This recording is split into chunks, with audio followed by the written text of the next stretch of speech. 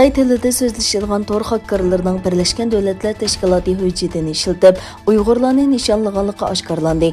Xakkېرلارنىڭ Uyg'ur jamiyatidagi kishilik huquq masalasiga alohida qiziqadigan va bu masalalar ustida tadqiqot olib bormoqchi bo'lgan kishilarni nishon qiladiganligi ko'rsatildi. Tor bexatarlik shirkati Checkpoint tarafidan e'lon qilingan dokladda Xitoycha so'zlashadigan xakkېرلارنىڭ Xitoy va Pokistonda yashaydigan Uyg'urlarni uskunlarga Birleşken Devletler Teşkilatı'nın saxta ھۆججەتلىرى orqali ziyonli virus o'rnatishga uringanligi ko'rsatildi. Dokladda xakkېرلارنىڭ kishilarning hujumga uchrash andishisidan foydalanib, o'zlari avatgan yomon g'arazlik ھۆججەتلەرنى ichishdan burun yomon g'arazlik yumshoq detallar bilan saxta virusga ishiltib, nishonlangan kishilarni aldashga uringanligi payqalgan. Tekshirish nuqtasining guruhi direktori Lotem mundaq dedi. Ular Uyg'urlarni yoki ular hujum qilmoqchi bo'lgan kishilarning bexatarlik engining yuqorligini tushunadi va ular bundan foydalanadi.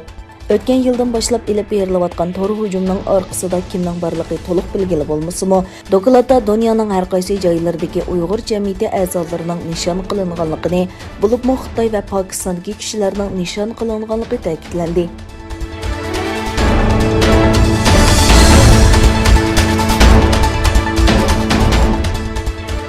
Germaniya ovozining xabarida bildirilishicha, Xitoyning Sharqi Turkiston masalasidagi saxta tashviqoti G'arb davlatlarida ancha cho'ng ta'sir qo'zg'ay olmagan bo'lsa-mu, ammo Afrika va Latin Amerikasida nihoyatda unumli bo'lgan bo'lishi mumkin ekan.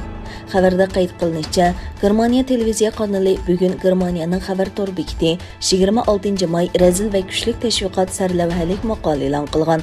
Maqolada ko'rsatilishicha, Xitoyning Sharqi Turkistondagi bostirish siyosatiga qarshi tanqidlar dunyoning har qaysi joylarida keng tarqalgan bo'lsa-mu, biroq Xitoy xalqaro jamiyatning Sharqi Turkistonni mustaqil tekshirish talabiga yo'l qo'ymay kelgan. Shuning bilan birga to'qilma sillarni ishlab tarqitish, maqola e'lon qilish qatorliq vositalarni qo'llanib, Sharqi Turkiston haqidagi yolg'on tashviqotlarni kuchaytgan. Xitoy yana Germaniya parlamenti kishilik huquq komiteti a'zolarini o'z ichiga olgan g'arb siyosiyonlariga maktub yo'llab, g'arbning Xitoyning boshqa millatlarga yurgizayotgan siyosatiga qaratgan tanqidlarni qat'iy rad qiladiganligini va bu tanqidlarning hammasining yolg'on ekanligini o'tirib qo'ygan.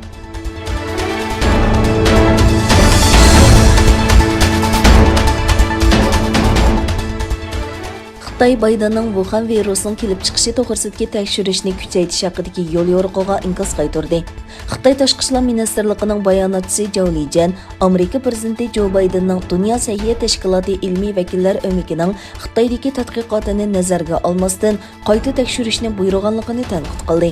Bayonotchi Zhao Lijian bu buyruqning siyosiy taktika ekanligini, bunda qilish orqali Washingtonning virusning tarqalishidagi mas'uliyatini yo'shirishga urinayotganligini o'tirib qo'ydi. Amerika prezidenti Biden istixborot organlariga 2019-yilning oxirida Xitoyning Wuhanda tunji qatim payqalgan Xitoy virusining kelib chiqishini tekshirish xizmatini kuchaytirib, 90 kun ichida oxirlashtirishni buyurdi. Biden yana virusning hayvonlardan odamga o'tishi bilan birga tajribaxonadan chiqib ketish ehtimolligini tekshirishni talab qildi.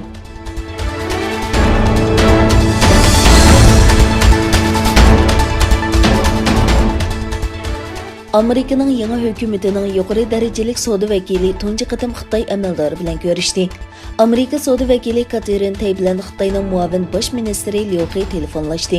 Shuna qilib, Biden yanvarda vazifaga o'tirgandan buyon ikki taraf savdo ixtiloflarini hal qilishga urinib, tunji qatim yuqori darajalik uchrashish o'tkazdi. Xitoy savdo ministrligining bayonotida foydali, samimiy va ijobiy yig'inning o'zaro hurmat qilish doirasida ilib berilganligi o'tirg'a qo'yildi. Amerika savdo vakili ishxonasining bayonotida savdo vakili Katrin Biden xorij hukumatining savdo siyosati, ularning Amerika bilan Xitoy o'rtasidagi savdo munosabati to'g'risidagi ko'z qarashlari va bu masaladagi har xil andishalarni o'rtoqlashdi deyildi.